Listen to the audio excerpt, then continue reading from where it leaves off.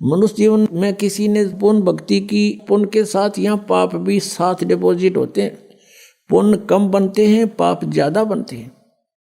ये ऐसे अक्षेत्र में आप रह रहे हो।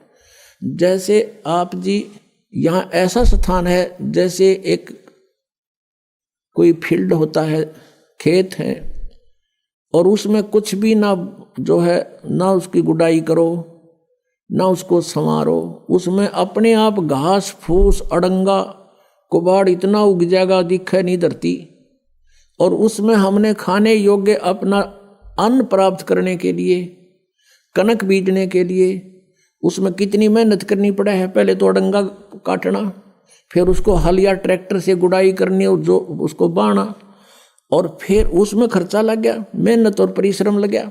और फिर उसमें खाद बीज डाला, वो भी पैसे से, खाद डाला वो भी बोल, फिर सिंचाई करी उसका भी टैक्स, यानी इतना कुछ खर्चा करके जब वो 2 दाने प्राप्त हुए और वो घास आप पर जाम गया, उसमें अड़ंगा जिसकी कति आवश्यकता नहीं थी। तो ये ऐसा क्षेत्र है जहां हम रह रहे हैं। परमात्मा कहते हैं पृथ्वी ऊपर पग जो धारे और करोड़ जीव एक दिन में मारे। हरी भांति पृथ्वी के रंगा, अंत कोट जीव उड़े पतंगा। जो चौका तुम देवो नेता, सत्य ब्राह्मण की है हत्या।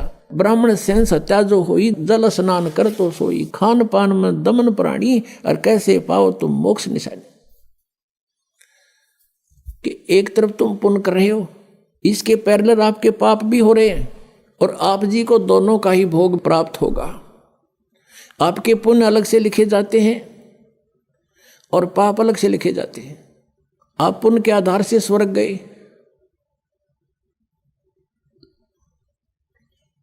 तो यहां थोड़ा कंसेप्ट क्लियर करना पड़ेगा कि जैसे आप जी एक पूर्ण परमात्मा परम अक्षर ब्रह्म को छोड़कर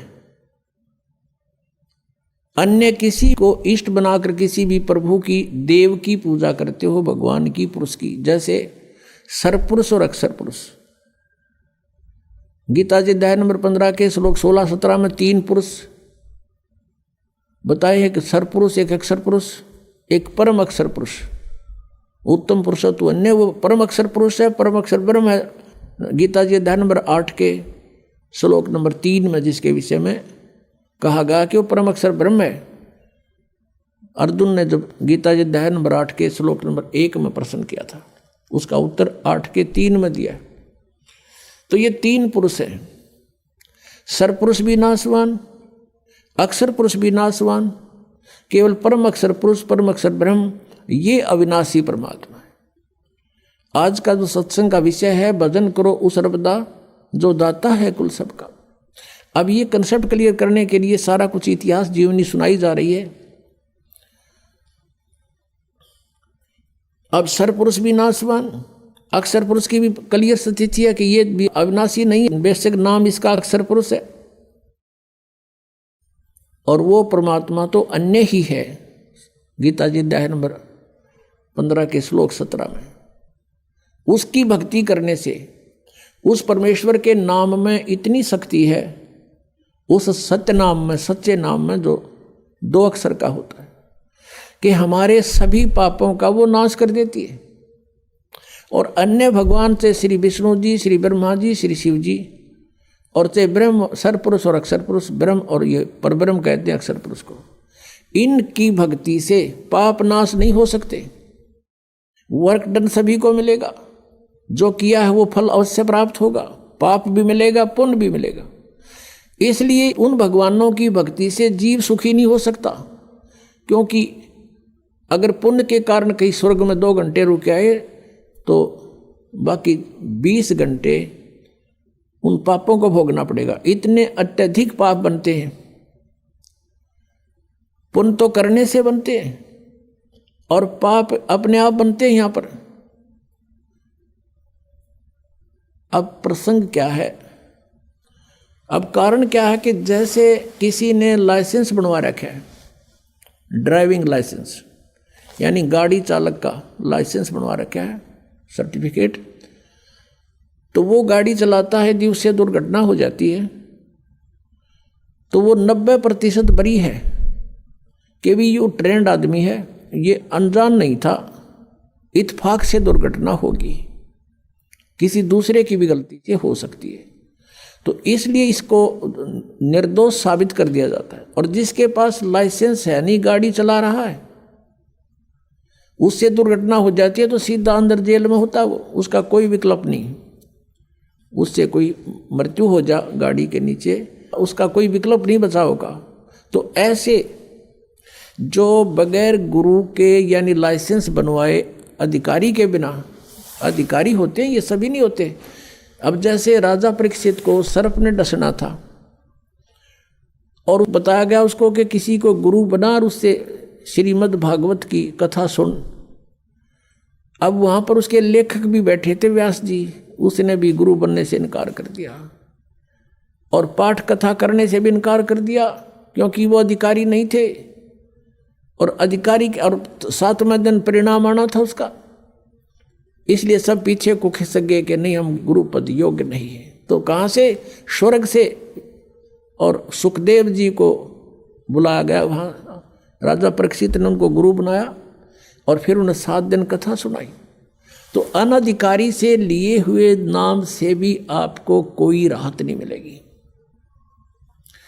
अधिकारी से लिए हुए नाम से भी आपको राहत मिल सकती है कि इच्छा कर मारे नहीं, बिन इच्छा मर जा। लेकिन आपके संचित कर्म बहुत होते हैं।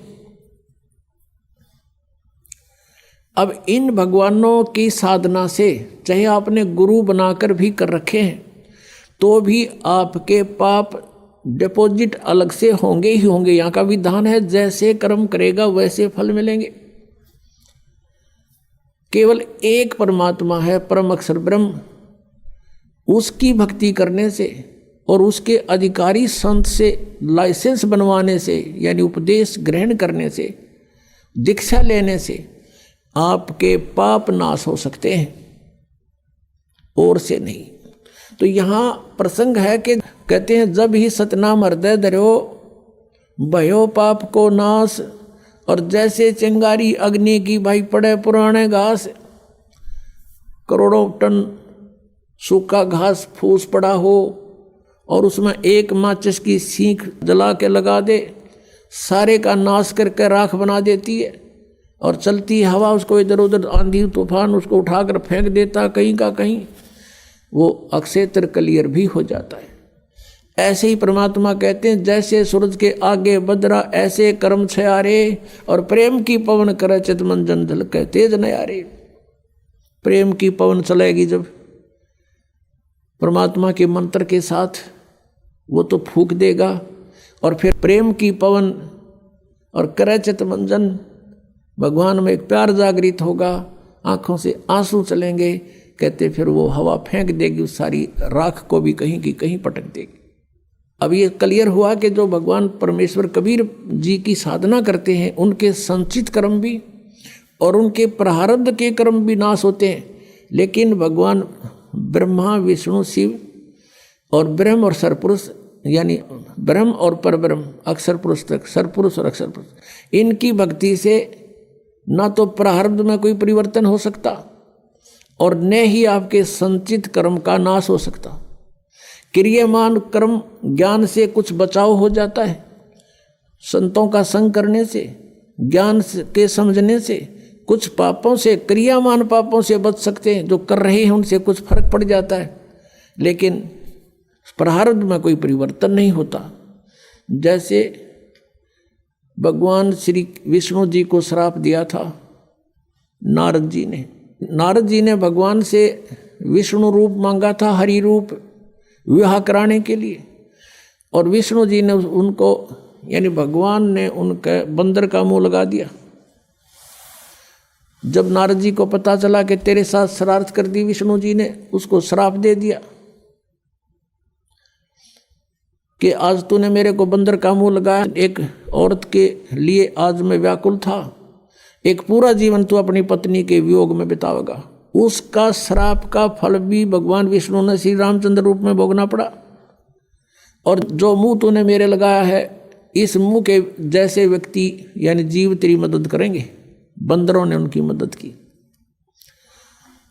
और फिर श्री रामचंद्र जी रूप में यानी विष्णु जी ने जन्म लिया, वो सारा आपने सुन लिया कि उन्होंने किस किस प्रकार वो अपना जीवन व्यतीत किया। और जैसे ये भी आपने सुन लिया कि उन्होंने